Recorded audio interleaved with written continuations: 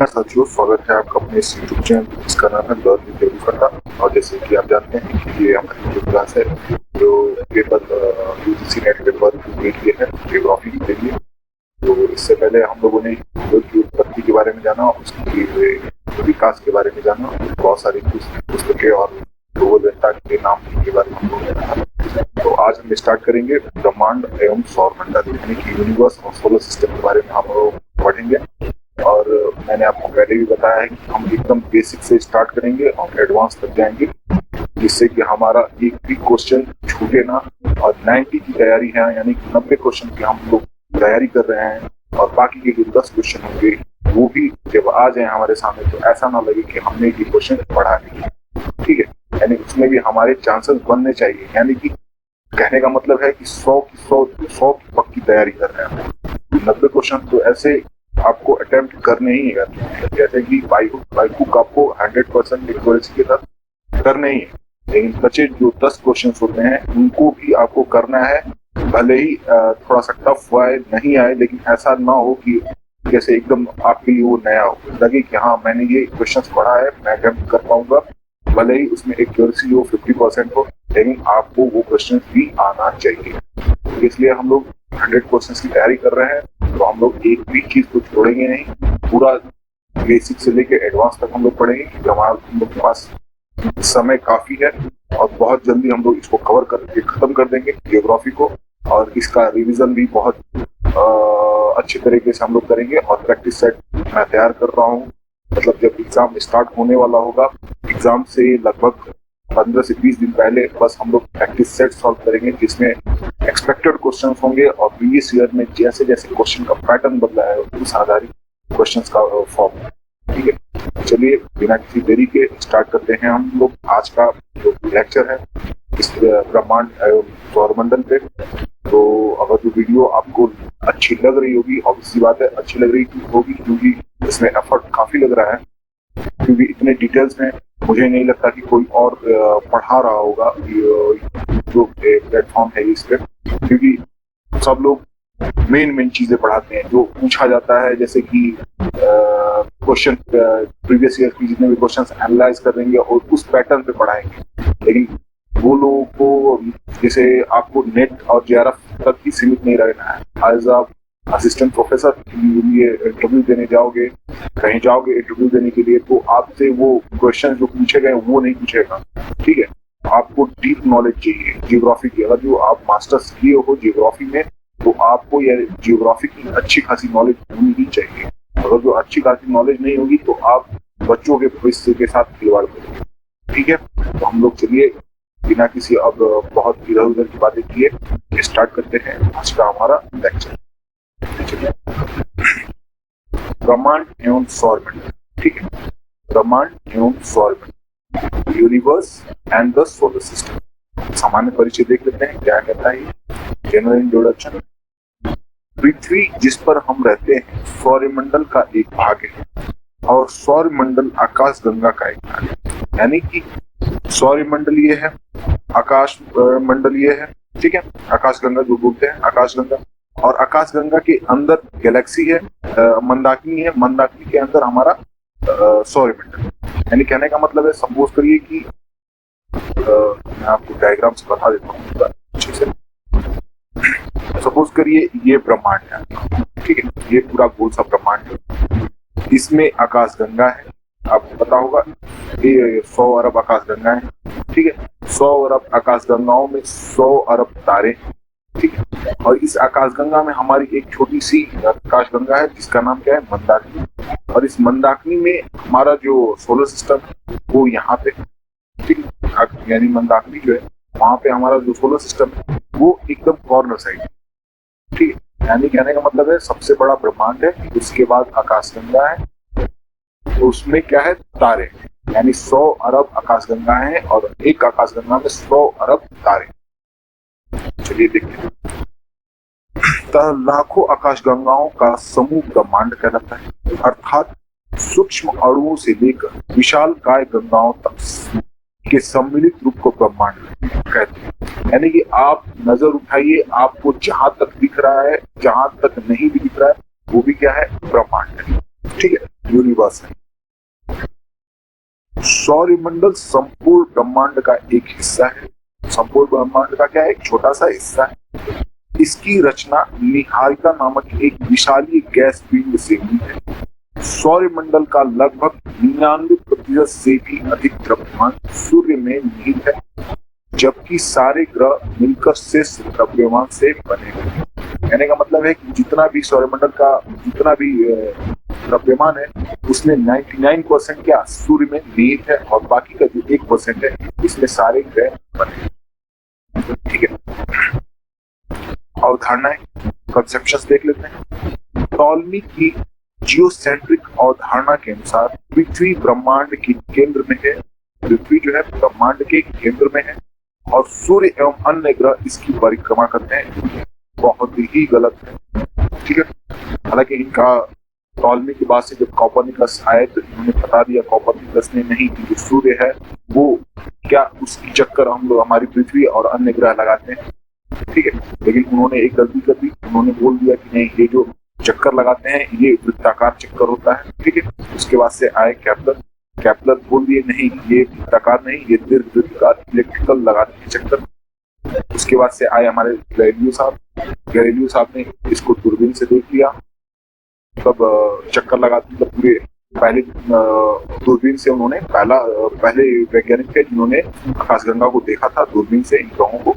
और उसके बाद से आए हबल, एडविन हबल जो आए, इन्होंने क्या किया, उस दूरबीन को पृथ्वी से बाहर भेज दिया। ठीक है, और उसके बाद इन्होंने देखा कि हाँ, ये जो कॉपरनिकस, केपलर, गैलीलियो जो बोल रहे थे वो सही बात है। और इन्होंने एक और खोज कर दी, क्या, कि अभी भी ब्रह्मांड का क्या हो रहा है, विस्तार हो रहा है। सभी ग्रह क्या फैल रहे हैं, मतलब एक दूसरे से दूर जा रहे हैं। ठीक है, यानी ब्रह्मांड का अभी भी विस्तार हो रहा है। ठीक है, चलिए नेक्स्ट देखते हैं। कॉपरनिकस ने टॉलमी की अवधारणा का खंडन किया। कॉपरनिकस आ गया एवं हेलियोसेंट्रिक अवधारणा का प्रतिपादन किया, जिसके अनुसार ब्रह्मांड के केंद्र में सूर्य है तथा पृथ्वी एवं अन्य ग्रह इसकी परिक्रमा करते हैं। फलतः कॉपरनिकस को आधुनिक खगोलशास्त्र का जनक कहा जाता है। ठीक है, आधुनिक खगोलशास्त्र का जनक किसे कहा जाता है? कॉपरनिकस को कहा जाता है। ये इम्पोर्टेंट आपका लाइन, ठीक है, इम्पोर्टेंट है, याद रखिएगा। आधुनिक खगोलशास्त्र का जनक किसे कहा जाता है? कॉपरनिकस को कहा जाता है। इसके बाद से 16वीं शताब्दी के आसपास केपलर ने ग्रही गतियों के नियम की खोज की तथा इसने सूर्य को ग्रही कक्षा का केंद्र माना। ग्रही कक्षा का केंद्र माना।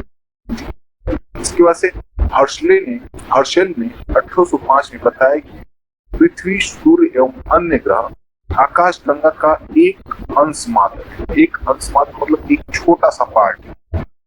इसने बताया हर्शेल, ताकि ये बहुत ज्यादा इंपॉर्टेंट तो नहीं है, लेकिन ये जानने वाली चीज है, क्योंकि हम लोग कंसेप्ट वाइज पढ़ रहे हैं। हम लोग ऐसे पढ़ेंगे जैसे कि आप लोग कथा सुनते हो तो आप पिक्चर वगैरह या फिर कथा सुनते हो तो आपको लाइन बाय लाइन चीजें आपको स्टोरी जैसे याद रहेगी। वैसे ही हम लोग पढ़ रहे हैं कि कैसे कैसे कैसे इसका डेवलपमेंट हुआ, कैसे इसका विकास हुआ।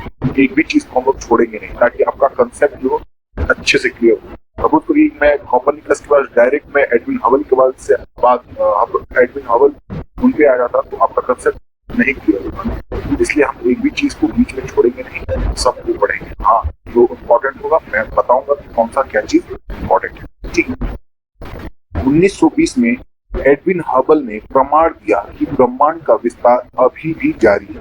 ठीक है, एडविन हबल ने क्या कर दिया? ब्रह्मांड का विस्तार अभी भी जारी है। कैसे बताया इन्होंने? पृथ्वी से इन्होंने एक हबल सैटेलाइट भेज दिया। ठीक है, दूरबीन जिसको बोलते हैं, एक क्या है? दूरबीन है। और इसने इन्होंने इससे देखा कि हाँ, जो ब्रह्मांड का विस्तार अभी भी जारी है, यानी हर ग्रह दूसरे ग्रह से क्या दूर हो रहे हैं। ठीक है, आकाशगंगाओं के बीच बढ़ रही दूरी के आधार पर सिद्ध की। ठीक है, मतलब आकाशगंगा में एक 100 अरब आकाशगंगा है, 100 अरब आकाशगंगाओं में 100 अरब तारे हैं, तो वे क्या एक दूसरे से क्या हो रहे हैं? दूर जा रहे हैं। ये नेक्स्ट देखते हैं। हम देखते हैं ब्रह्मांड की उत्पत्ति कैसे। Origin of the universe. ब्रह्मांड की उत्पत्ति के विषय में 4 सिद्धांत प्रमुख हैं। जिसमें बिग बैंग सिद्धांत सर्वाधिक प्रचलित एवं मान्य है। इसे विस्तारित ब्रह्मांड परिकल्पना भी कहा है। जैसे कि बिग बैंग थ्योरी के अलावा भी बहुत ज्यादा थ्योरी दी गई थी, लेकिन सबसे जो मान्य सबसे ज्यादा मान्यता दी जाती है वो बिग बैंग थ्योरी को दी जाती है। ठीक है, क्योंकि बाकी जितने भी थ्योरीज थी वो सभी खगोलवेत्ताओं को क्या संतुष्ट नहीं कर पा रहे, खगोल शास्त्री थे वो संतुष्ट नहीं कर पा रहे, लेकिन जो बिग बैंग थ्योरी थी वो सब इस पे सहमत है, इसीलिए इसको ज्यादा मान्य है। इस सिद्धांत का प्रतिपादन जॉर्ज लेमेंटेरे ने किया था एवं बाद में रॉबर्ट वैगनर ने 1967 में इस सिद्धांत की व्याख्या प्रस्तुत की। विस्तारित ब्रह्मांड की परिकल्पना की पुष्टि डॉक्टर प्रभाव से भी जा चुकी है। ठीक है, इस सिद्धांत के अनुसार ब्रह्मांड लगभग 13.7 अरब वर्ष पूरी भारी पदार्थों से मिली एक गोलाकार सूक्ष्म पिंड, यहाँ पे सूक्ष्म पिंड था, जिसका आयतन अत्यधिक सूक्ष्म और ताप व घनत्व अनंत। बिग बैंग की प्रक्रिया इसके अंदर महाविस्फोट हुआ और ब्रह्मांड की उत्पत्ति हुई, यानी कि महाविस्फोट हुआ और जिससे क्या हुआ, ब्रह्मांड की उत्पत्ति हुई। यानी बोल सकते हो कि जो ये ब्रह्मांड है एक लड्डू जैसा है। ठीक है, एक लड्डू है और जैसे आप लोग लड्डू देखते हो तो उसमें छोटे छोटे बूंदियां होती, छोटे छोटे बहुत छोटे। ठीक है, इसको जब देखोगे तो आप बूंदियां होंगी और ये बूंदियां क्या है, ये आकाशगंगा है। ठीक, ये आकाशगंगा है और इस आकाशगंगा के अंदर भी क्या है, तारे। ठीक, तो ब्रह्मांड को मान लो आप लोग कि ये एक लड्डू है और जो ये बूंदियां है ये आकाशगंगा है। ठीक, और जब नेक्स्ट देखते हैं,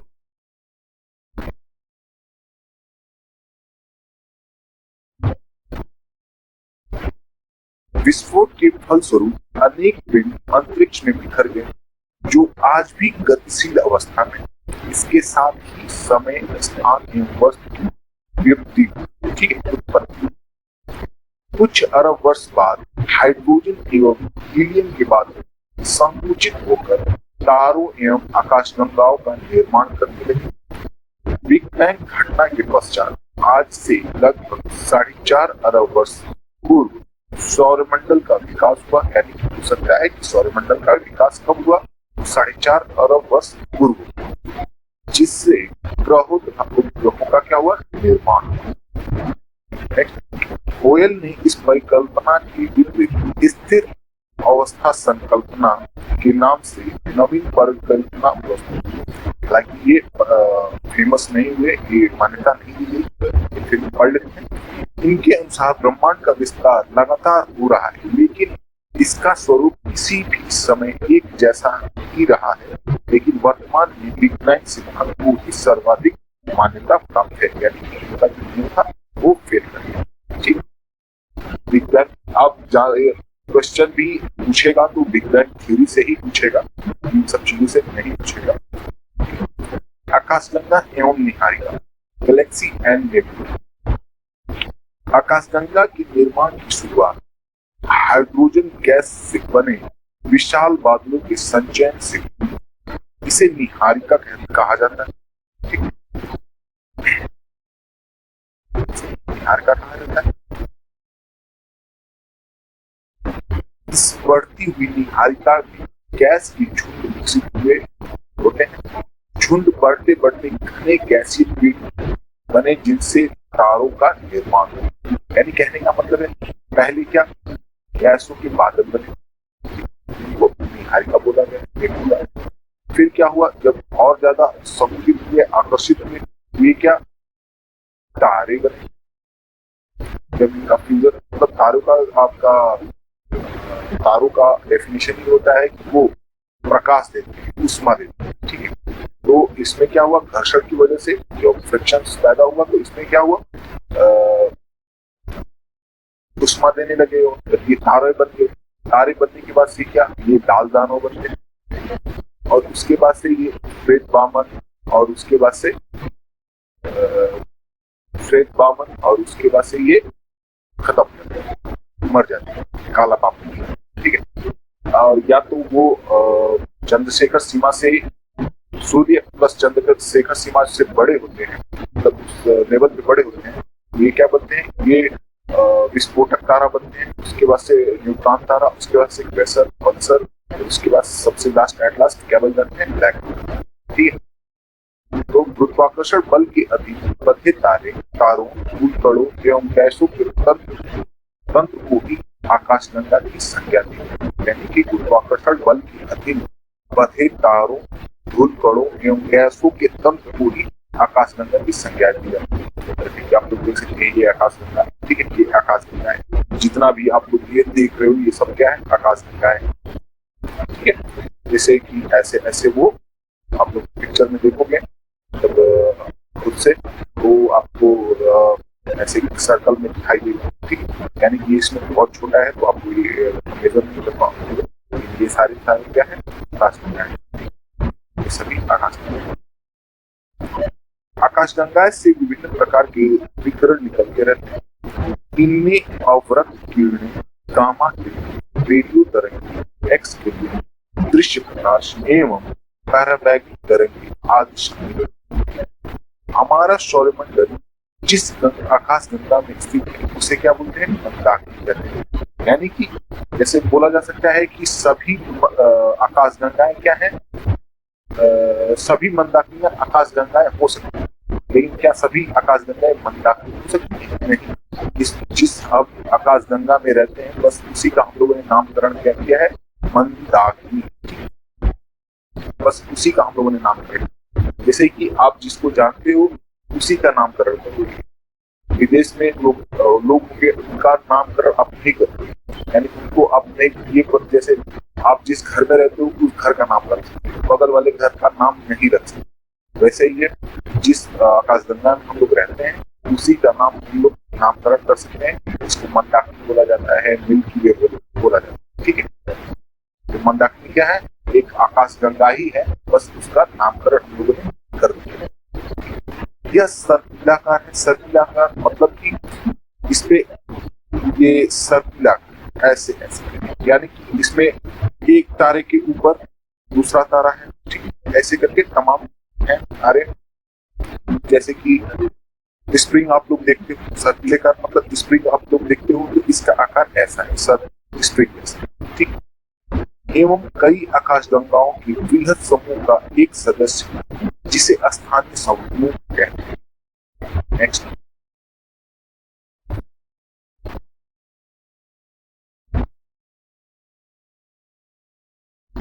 इसमें 3 घूर्णनशील भुजाएं एवं एक केंद्र है।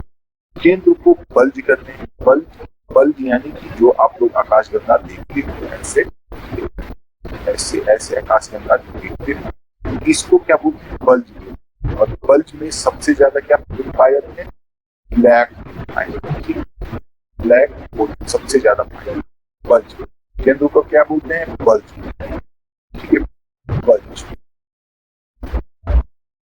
जिसमें एक ब्लैक होल पाया जाता है। गुरुत्वाकर्षण के कारण यहाँ तारों का सर्वाधिक संकेंद्रण होता है।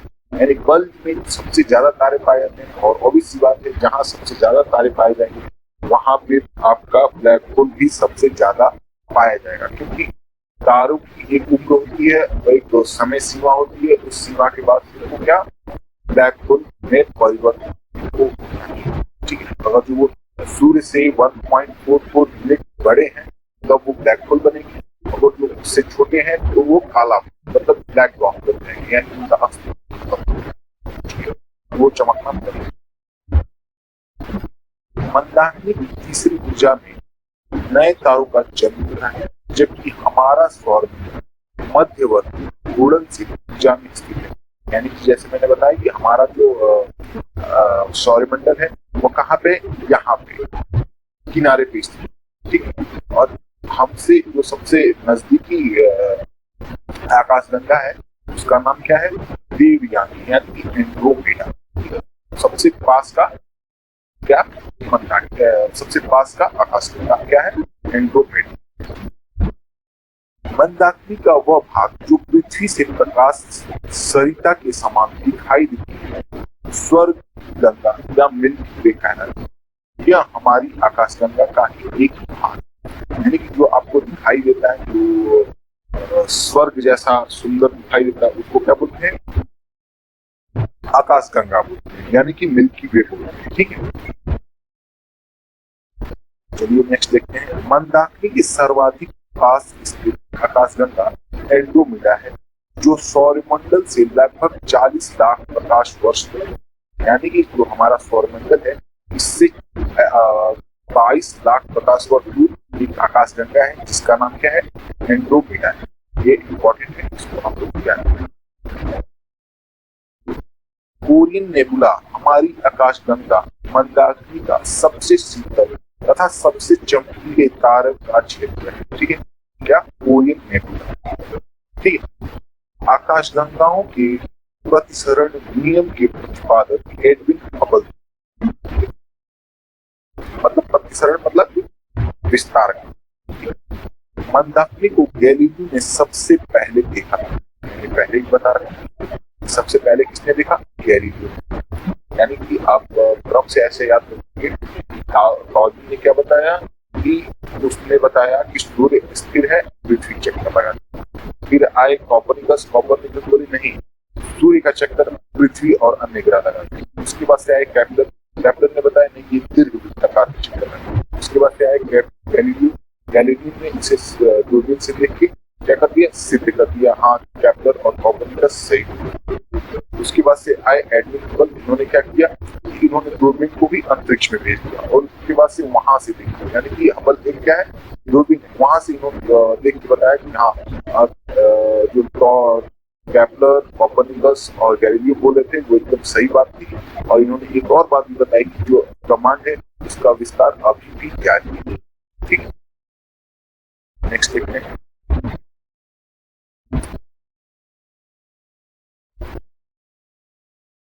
तारे का जन्म तथा विकास, origin and evolution of star.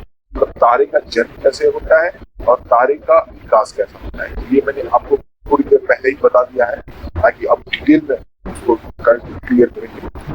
तारों का जीवन काल अत्यधिक लंबा होता है एवं विभिन्न अवस्थाओं से होकर गुजरता है। तारे के जीवन चक्र की अवस्थाएं कौन सी? ब्रह्मांड में उपस्थित गैसों में धूल के कणों, बादलों का गुरुत्वाकर्षण के कारण आकाश गंगा के केंद्र में नाप फिसलने शुरू हो जाता है एवं हाइड्रोजन हीलियम में बदलने के कारण नवीन तारों का निर्माण होता है। इन्हीं बादलों को स्टेलर इमर्सिव कहा जाता है। यानी कहने का मतलब है जो नेबुला भूत भरी गैस के बादल जो थे वो क्या गुरुत्वाकर्षण के कारण वो क्या हो जाते हैं? प्लाज्मा में कन्वर्ट हो जाते हैं। यानी कि मतलब आपसे पूछ ले कि ये जो हीलियम का हाइड्रोजन का हीलियम में जो कन्वर्जन होता है ये किस स्टेज में होता है?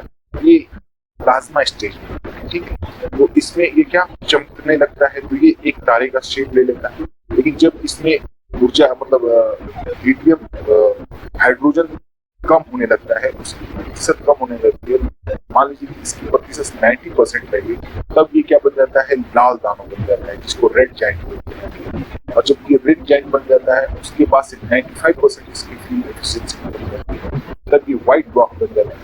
और इसके पास 100% बन जाती है, तब ये ब्लैक ड्वार्फ बन जाता है।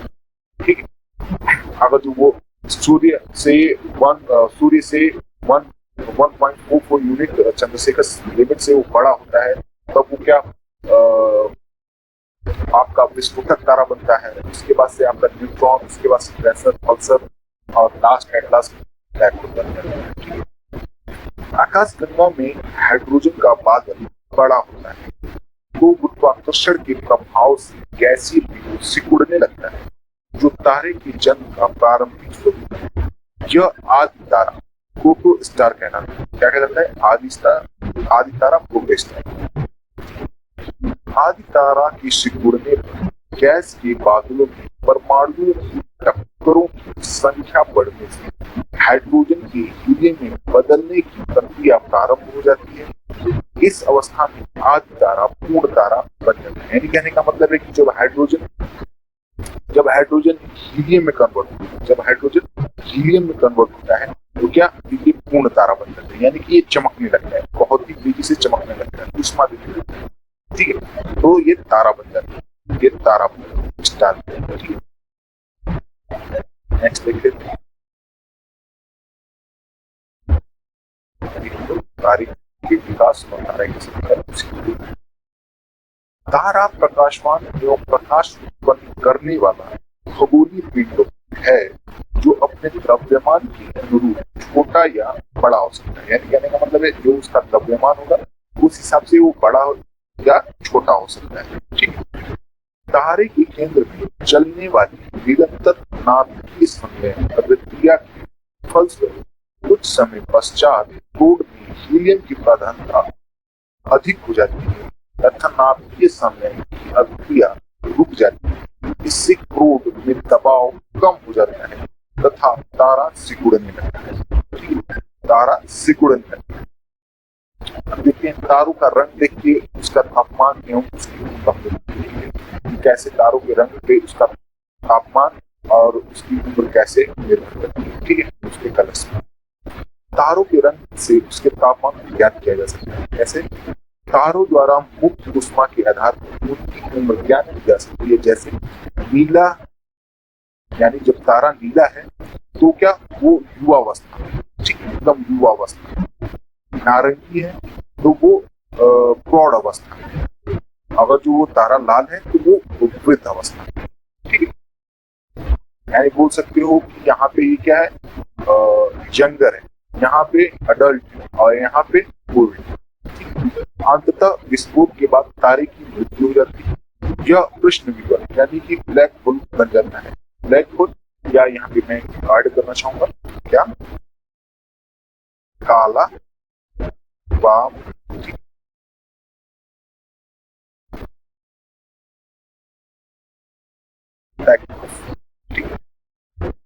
नेक्स्ट देखते हैं।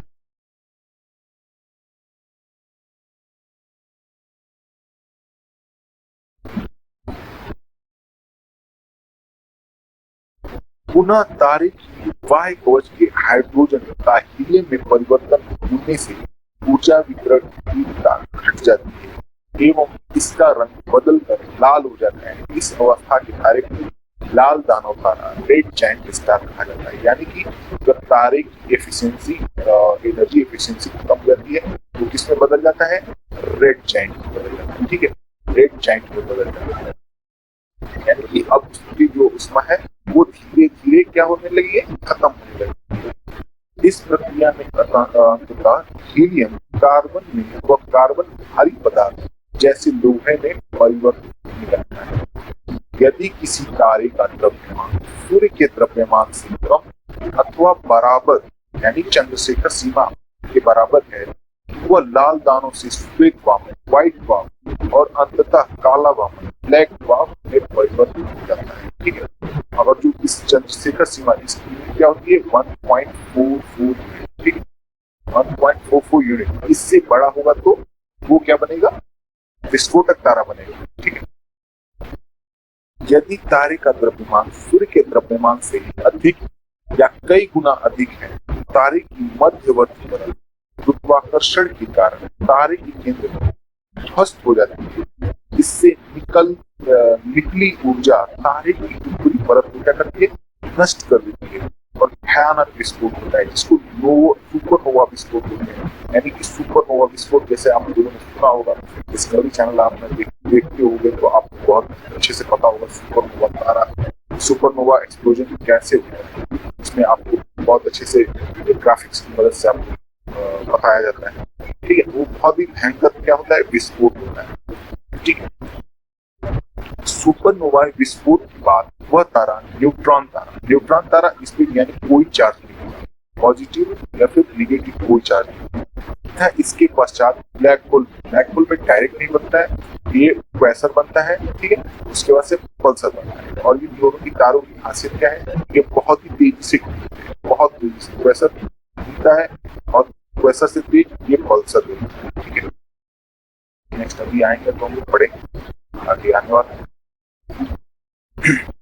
ये जो चीजें हैं ये बहुत ही डीपली हैं, और एक बार आप पढ़ लेंगे कॉन्सेप्ट क्लियर हो जाएगा आपका कंसेप्ट, तो ये बहुत लॉन्ग ड्यूरेशन भी आपके दिमाग में छप जाएगा, और कहीं से भी क्वेश्चन कैसे भी फॉर्म आएगा या फिर कोई व्यूअर आपसे कैसे घुमा के पूछेगा तो आप बहुत इजीली वे में उसका आंसर कर पाओगे। अगर जो नहीं भी आपको एग्जैक्ट आंसर नहीं भी पता है और आप अगर जो ये कंसेप्ट आपका क्लियर है तो उनको समझा तो कम से कम समझा तो पाओगे, भले ही उनका डाउट क्लियर नहीं कर पाओ, लेकिन आप ऐसे तरीके से आप बता पाओगे कि जैसे उनको लगेगा कि हाँ बच्चे ने पढ़ाई की है, भले ही वो हमारे क्वेश्चन को सटीक आंसर नहीं दे पा रहा है, लेकिन हाँ वो जो उसने पढ़ाई की है बहुत अच्छी चीजों को वो अच्छे से क्या कर रहा है, एक्सप्लेन कर रहा है। ठीक है, देख लेते हैं चंद्रशेखर सीमा होता क्या है। एक चंद्रशेखर भारतीय मूल के अमेरिकी खगोल भौतिकविद थे जिन्होंने श्वेत मामंतारों की जीवन अवस्था के बारे में सिद्धांत पर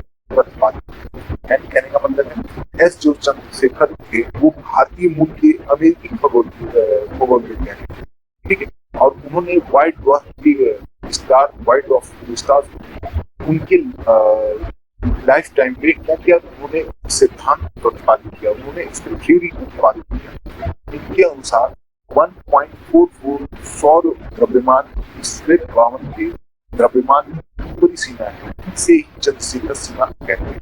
कहने का मतलब है कि अगर जो आपका सूर्य का द्रव्यमान प्लस 1.44 यूनिट तक वो कोई तारा है उसका द्रव्यमान सूरज के द्रव्यमान और चंद्रशेखर सीमा के द्रव्यमान के बराबर है, वो क्या इसमें बदलेगा, वो विस्फोट होगा तो वो बदलेगा श्वेत वामन यानी व्हाइट ड्वार्फ। लेकिन अगर सपोज करो वो सूर्य के द्रव्यमान प्लस 1.44 यूनिट से ज्यादा हो, मतलब उससे ज्यादा गुना बड़ा हो, वो किसमें बदलेगा, सुपरनोवा तारे यानी विस्फोटक। तो इसके लिए चंद्रशेखर को क्या नोबेल पुरस्कार भी मिला था, कब 1983, 1983 में इनको मिला था नोबेल पुरस्कार। ठीक है, एस चंद्रशेखर को संयुक्त रूप से नाभिकीय खगोल भौतिक में W.L. फाउलर के साथ 1983 में नोबेल पुरस्कार प्रदान किया गया। ठीक है, देखते हैं न्यूट्रॉन तारा क्या होता है। सुपरनोवा विस्फोट से बचे हुए केंद्रीय भाग जो अत्यधिक घनत्व वाला होता है, ये न्यूट्रॉन तारों का निर्माण होता है। ठीक है, अधिक गति से चक्कर लगाने वाले न्यूट्रॉनों से बने तारे को न्यूट्रॉन तारा कहते हैं। न्यूट्रॉन तारे के सभी अंश न्यूट्रॉन के रूप में संगठित रहते हैं। यह तीव्र रेडियो तरंगें करते हैं, उत्सर्जित करते हैं। हो सकता है कि सबसे ज्यादा रेडियो तरंग उत्सर्जित करने वाला तारा कौन सा है, न्यूट्रॉन तारा है। न्यूट्रॉन तारे को पल्सर भी कहा जाता है, यानी उसका फॉर्म होता है जब उससे छोटा बड़ा होता है, पल्सर बनता है, क्वेसर बनता है, ये सब चीजें। अब ब्लैक होल कैसे बनता है ये देखो। ब्लैक होल कृष्ण विवर जिसको बोलते हैं। कृष्ण विवर अंतरिक्ष में स्थित ऐसा स्थान है जहां गुरुत्वाकर्षण इतना अधिक होता है कि प्रकाश का परावर्तन या किसी भी वस्तु का वहां से पलायन नहीं हो सकता। यानी कहने का मतलब है कि जो ब्लैक होल होता है सपोज करिए सूर्य है, जैसे मान लीजिए कि सूर्य से 4 गुना बड़ा एक कोई तारा है, और वो जब ब्लास्ट करता है वो न्यूट्रॉन फॉर्म में बदलता है, न्यूट्रॉन तारे के। उसके बाद लास्ट में क्या बन जाता है, वो छोटा होता है और वो ब्लैक होल में परिवर्तित होता है। ठीक है, और जब वो ब्लैक होल में परिवर्तित हो जाएगा, जैसे कि आप जहाँ पे जैसे आप जिस सेल फोन से पढ़ रहे हो, आप इस सेल फोन को पीट के इतना छोटा कर दो, मतलब कि आपकी एक उंगली पे ये आ जाए, उसका क्या हो जाएगा, द्रव्यमान बढ़ जाएगा, मतलब वो काफी वेटेड होता है।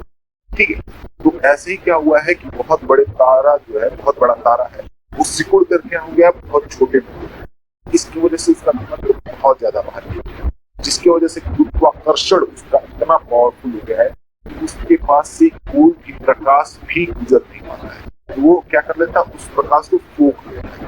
यानी कि कहने का मतलब है कि अगर जो आपका ब्लैक होल से एक चम्मच अगर जो वहां की मिट्टी भी लेकर आओगा तो वो 1000 हाथियों के वेट के बराबर, 1000 हाथियों के वेट के बराबर वो क्या करेगा, बस एक स्पून जो होता है ना, उससे मतलब जो वहाँ का एक छोटा सा द्रव्यमान है, मतलब थोड़ी सी बूंद है, वो 10,000 हाथियों के बराबर है।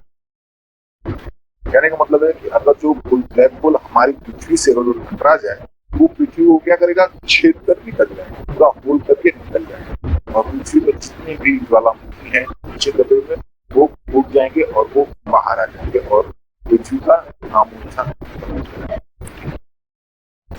इसे दूरबीन से भी नहीं देखा जा सकता। क्यों नहीं देखा जा सकता? क्योंकि वहां पर प्रकाश पूरी वो क्या ऑब्जर्व कर ले रहा है, तो कैसे देख सकते हैं? काले की चीज को काले, जैसे आप हम घर में पूरा अंधेरा कर दोगे तो आपको दिखाई पूरी देगा। आपको प्रकाश जहाँ पे डालते हो वहां से रिफ्लेक्शन भी तो आना चाहिए, तभी तो आप उस चीज को देखेंगे। कृष्ण विवर का निर्माण तब हो सकता है जब न्यूट्रॉन तारे में द्रव्यमान एक ही स्थान पर संकेंद्रित अथवा उसकी मृत्यु। ब्लैक होल आकार में बड़ा या छोटा हो सकता है। छोटे ब्लैक होल एक जितने छोटे हो सकते हैं, लेकिन उनका द्रव्यमान क्या बहुत अधिक हो सकता है। जिन तारों का द्रव्यमान सूर्य के द्रव्यमान 3 गुने से अधिक होता है, वे विघटित होकर अंततः कृष्ण विवर यानी ब्लैक होल ब्लैक होल में परिवर्तित हो जाता है। ये देख, आप देख सकते हैं, ठीक है, ये हमारा ब्लैक, आप देख रहे हो यहाँ पे बस क्या कैसे पता चल रहा है कि यहाँ पे बस एक लोगों काली सी चीज है, ठीक है, यानी कि एक काली सी चीज दिखाई दे रही है, इसलिए इसको ब्लैक होल, यानी ये दिखाई नहीं देती। क्यों? क्योंकि इसके अंदर प्रकाश क्या करता है, ये सोख लेता है, ये ऑब्जर्व है।